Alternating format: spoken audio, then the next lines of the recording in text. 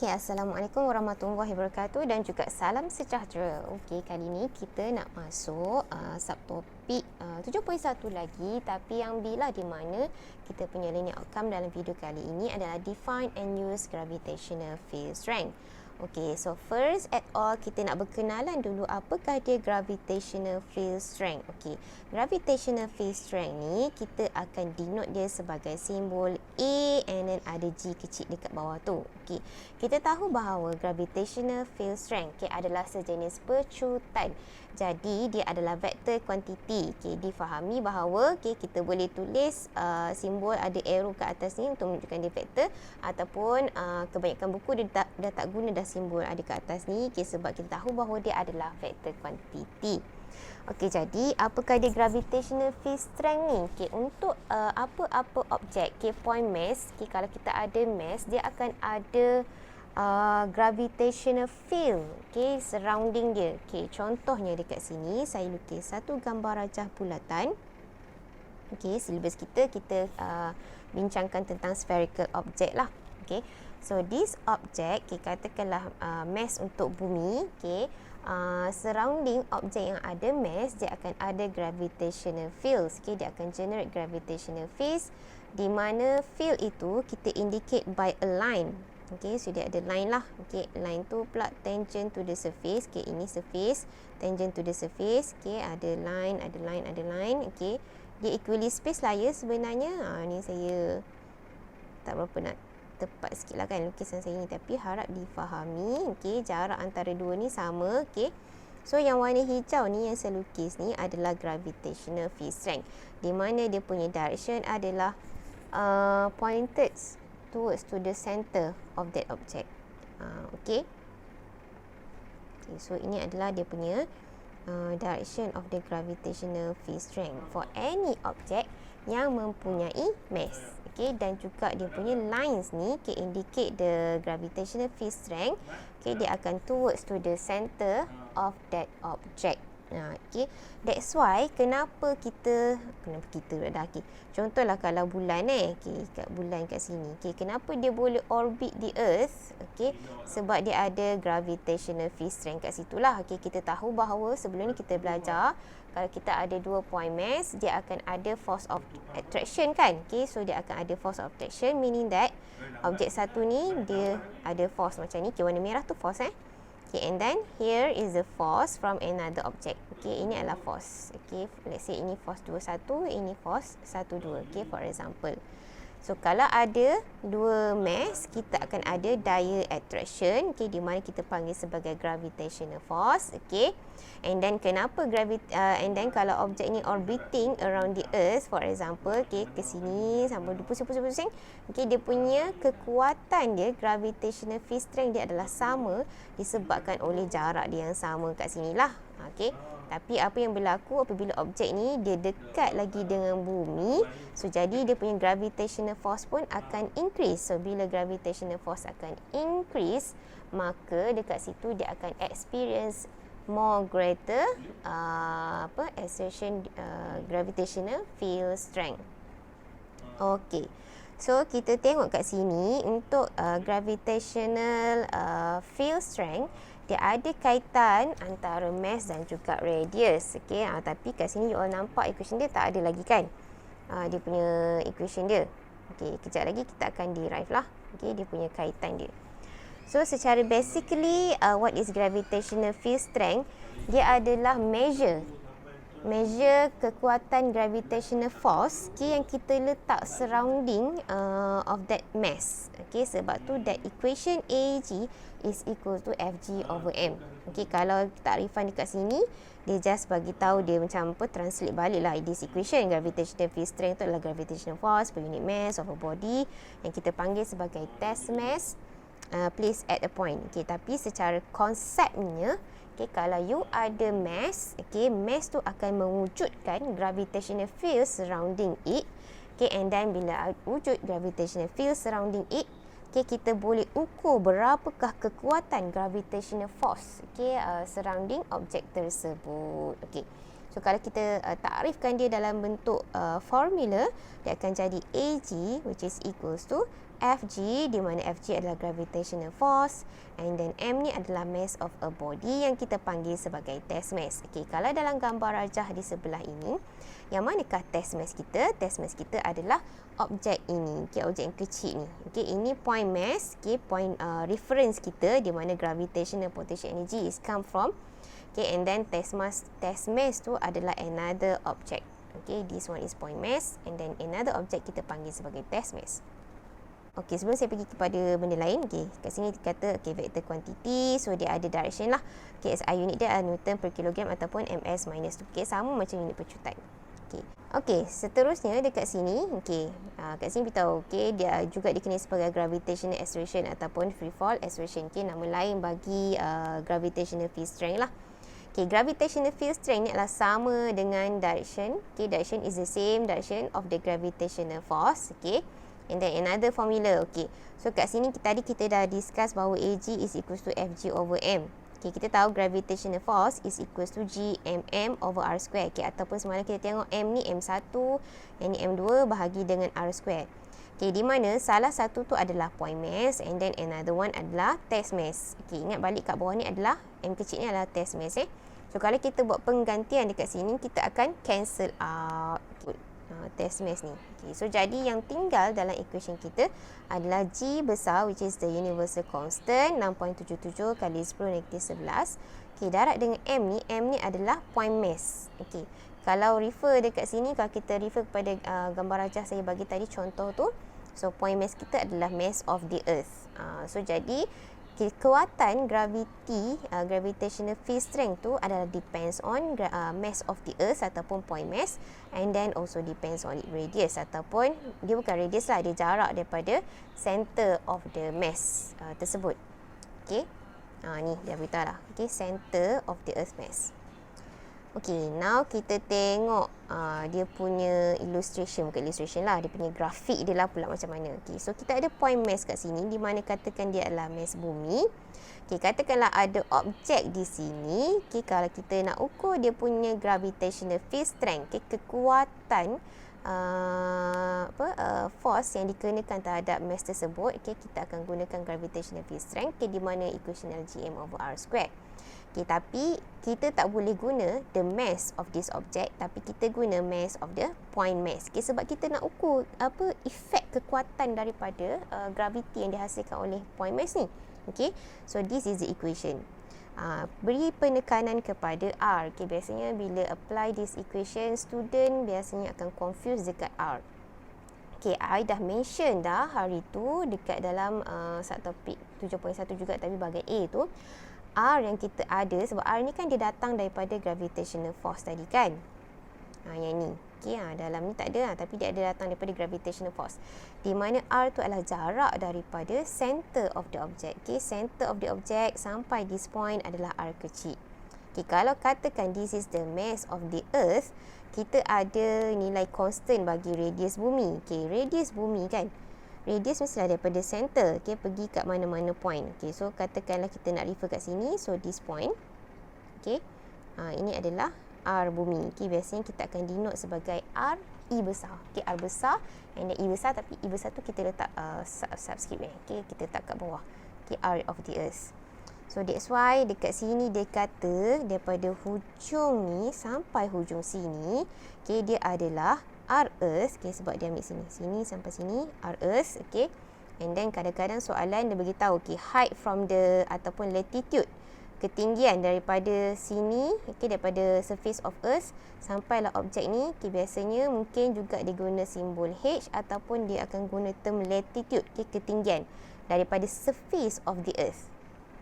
Okay, dia tak mention daripada inside of the earth ataupun center of the earth. Okay, kadang-kadang dia akan guna term on the surface of the earth. Okay, ketinggian dia berapa, okay, sampai ke objek tu. Okay, walaupun kita nampak dia ke kanan kan, ni ketinggian lah. Okay, sebab dia dah outside of the earth. Okay, so bayangkanlah kita duduk sengit kat situ, so ni tinggi dia. Okay, ataupun you boleh imagine lah benda point ni duduk kat atas ni. Okay, itu adalah height ataupun altitude, ketinggian dia. Kena refer kat soalan. Dia mention H ni ataupun altitude dia daripada mana ke mana.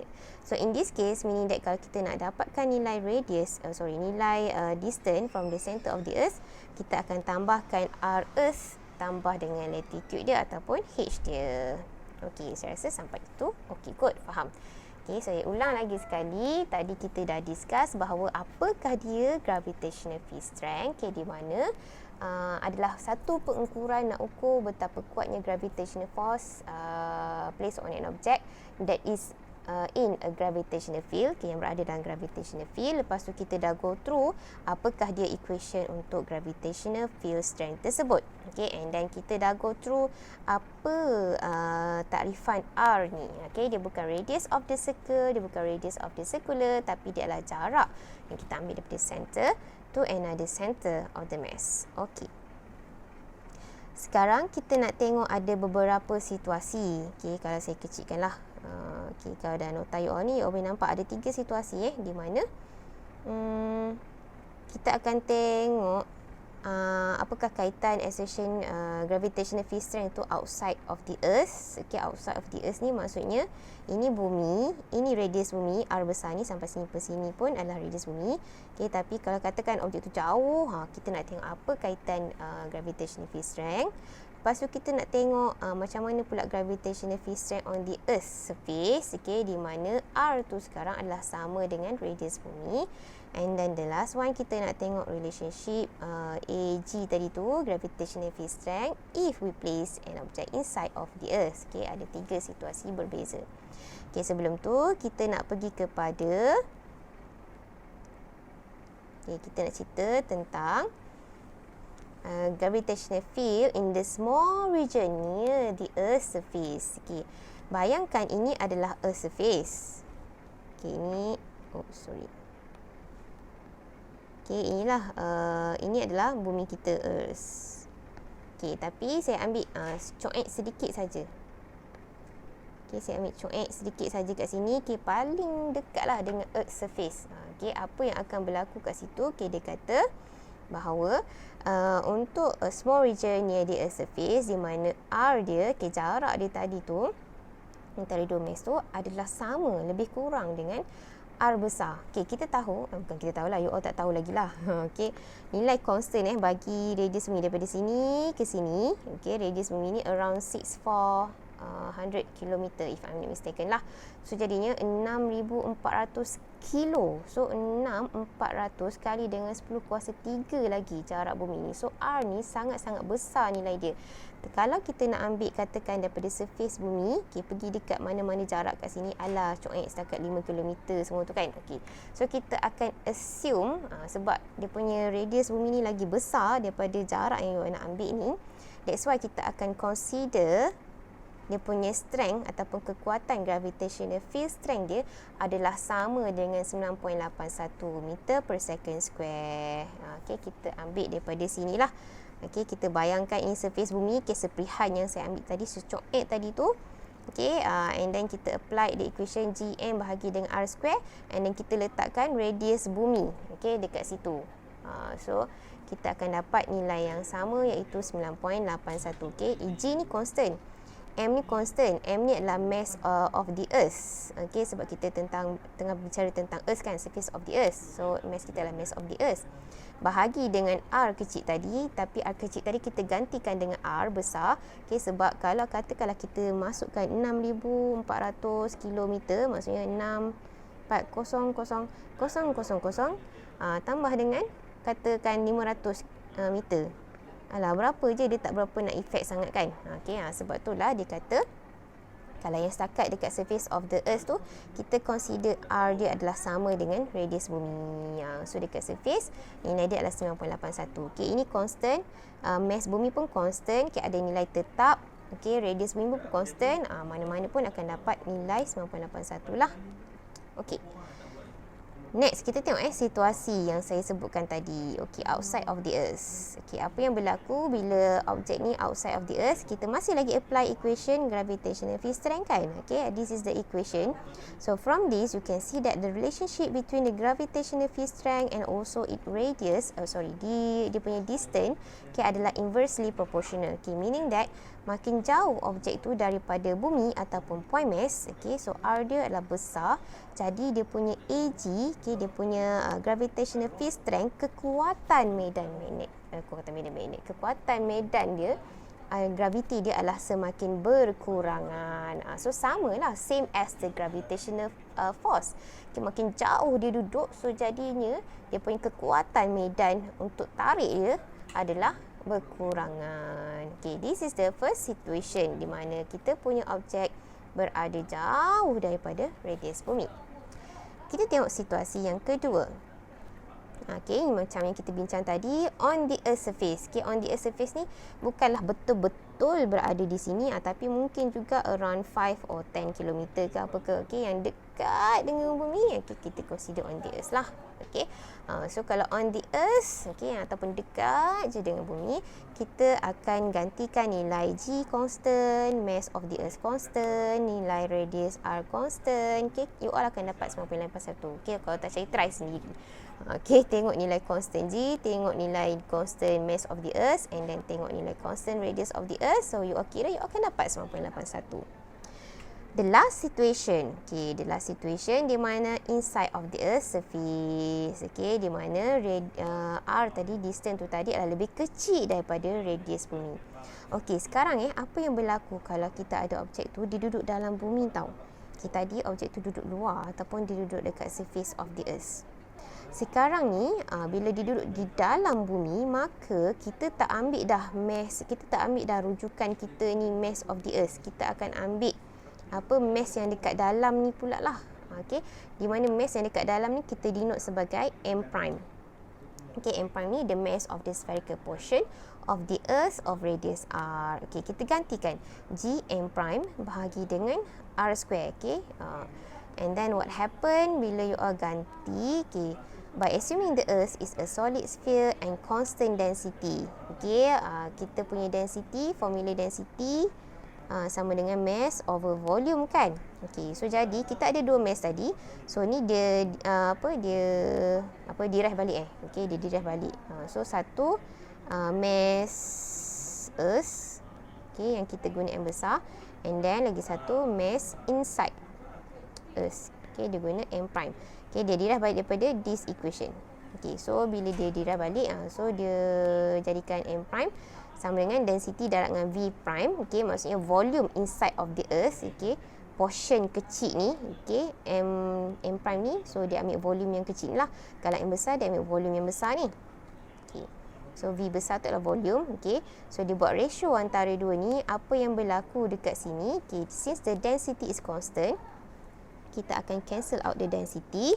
Okey, volume pula, volume untuk sphere, equation volume untuk sphere adalah sama dengan 4/3 pi r cube kan. Okey, so dia ganti 4/3 pi r cube, bawah ni pun 4/3 pi r cube. Okey, cuma r dekat sini, okey, adalah jarak antara point ke objek tersebut. Okey, daripada point dalam center of the earth ke objek tersebut adalah r. Okey, kan jarak antara dua objek ni adalah r. Okey, lepas tu volume yang dekat bawah ni pula, okey, adalah volume of the earth surface. Okey, di mana kita akan ambil r tu, kita ganti dengan radius of the earth. Okey, sebab dia volume of the earth surface. So bila kita ganti, ni boleh cancel, pi boleh cancel. Okey, so yang tinggal m prime over m ni adalah sama dengan r cube bahagi dengan r cube. Okey, cuma beza dia, ini r kecil, ini r besar. Okey, r besar tu adalah radius of the earth. So jadi m prime ni sama dengan apa? Kita rearrange balik this equation. So you akan dapat r cube. Okey, r cube kecil bahagi dengan r cube besar darab dengan m, mass of the earth. Okey, now kat mana kita nak letak ni? Okey, tadi kan kita dah ada equation di mana inside of the earth dia akan experience gravitational field strength m prime ni. So kita akan letak nilai ni dekat sini. Okey, kita gantikan dekat sini. So bila kita ganti, okey, you all akan find out that, okey, kita ada, okey, kita akan cancel yang ni, okey, ni tinggal satu je. So jadilah equation dia macam ni. So sekarang dia punya kaitan antara acceleration ataupun gravitational field strength dengan dia punya distance between the two mass tadi tu adalah directly proportional. Dia no longer inversely proportional to the square of the distance. Okay, dia adalah directly proportional to the distance between them. So yang ini je lah yang pelik sikit, okay, inside of the earth. Okay, sebab mass dia sekarang ni dia bukan depends on the mass of the earth lagi, dia depends on the mass inside of the earth. So kita kena cari mass yang baru. So untuk yang ni dia directly proportional, meaning that as you go through inside of the earth, okay, makin ke dalam ke dalam bumi, you all akan experience nearly zero gravitational field strength. Okay, kalau dia punya gambar rajah graf dia. Okay, sebelum saya terlupa, keyword untuk hari ini adalah gravity. Gravity. Okay, since kita tak buat meet secara live, saya record sahaja. So sila isi borang kehadiran di dalam OneNote kita. Okay, ingat lagi di mana tempat dia, isikan coding untuk hari ini, gravity. Okay, graf tu tak ada dalam ni. Okay, okay, sekarang saya nak tunjuk lah tengok daripada graf mungkin lagi nampak sikit. Okay, kita ada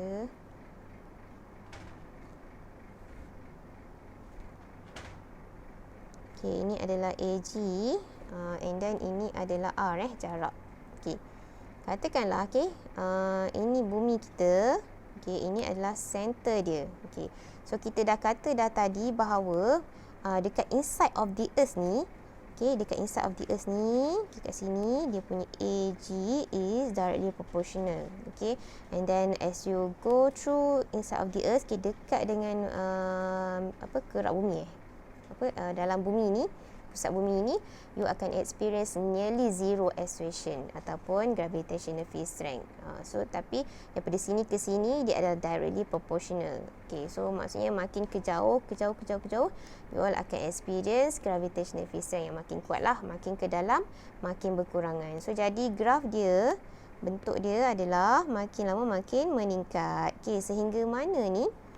Sehingga sampai surface bumi saja kan. Okay, sebab at the surface of the earth, outside of the earth, dia dah situasi lain dah. Okay.